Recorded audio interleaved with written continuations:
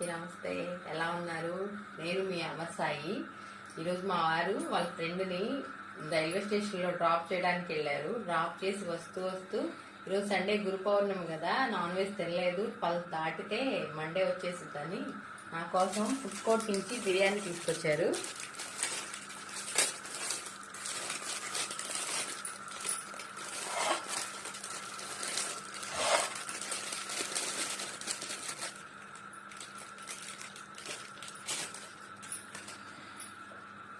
Taste చూసి చెప్తా ఎలా ఉందో. బిర్యానీ కదా, ఎలా ఉన్నా బాగుంటుంది.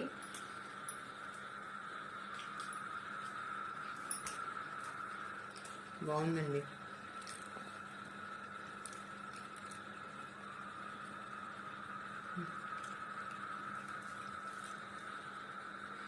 Okay, bye.